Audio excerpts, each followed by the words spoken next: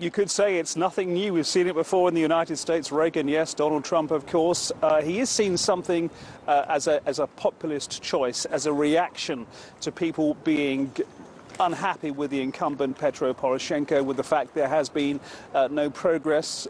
We've been told by more than one commentator and analyst that the hopes they had, the revolutionary hopes they had when there was a revolution going on and riots and a lot of violence across Ukraine and indeed just behind me here at Maidan Square in Kiev, these have been dashed and they haven't been realized. Hence the arrival of a man who plays the president on his own TV show. You know, the other thing to bear in mind is that there was no campaigning yesterday, but this didn't stop Mr. Zelensky from appearing as his character on his TV show and saying quite openly, hey, there's no campaigning going on here.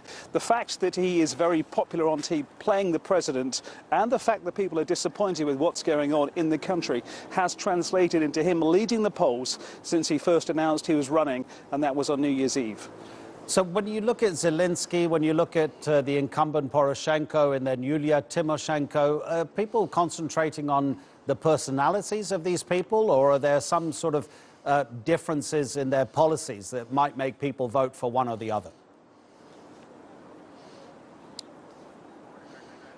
Well, certainly Mr. Poroshenko is trying to stress the fact that he is the strong leader, the man to stand up to Russia. And of course, given Russia's annexation of the Crimea Peninsula, which belongs to Ukraine 5 years ago, that plays on an important level. But it isn't translating so far in the polls we've seen.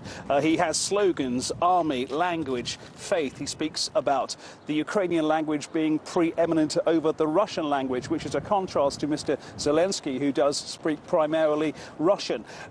When it comes to Yulia Tymoshenko, she is, of course, the face from the 2004 scene, the Orange Revolution. She was imprisoned, charges of abuse of power. She's been prime minister twice. She has something of a history, but despite the fact she's been stressing her experience, her knowledge, that too has not translated. We're talking about the polls, but of course, over the next few hours, we'll see whether those polls are correct.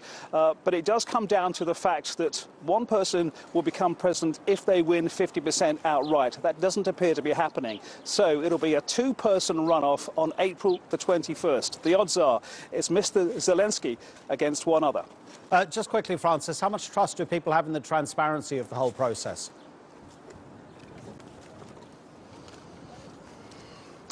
Very little. A lot of surveys, a lot of reports, and even when you speak to people, they're quite cynical about the whole election process itself. There have been allegations that there is vote rigging going on, despite the fact there are a lot of international observers here.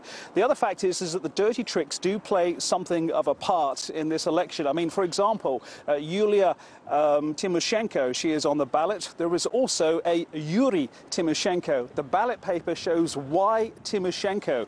The hope is, from people who have put this guy up, and he's a very modest man, is that there'll be some confusion which will work against her. That's an example of some of the cynicism that appears in this election, and it's reflected in the views of the people when we speak to them.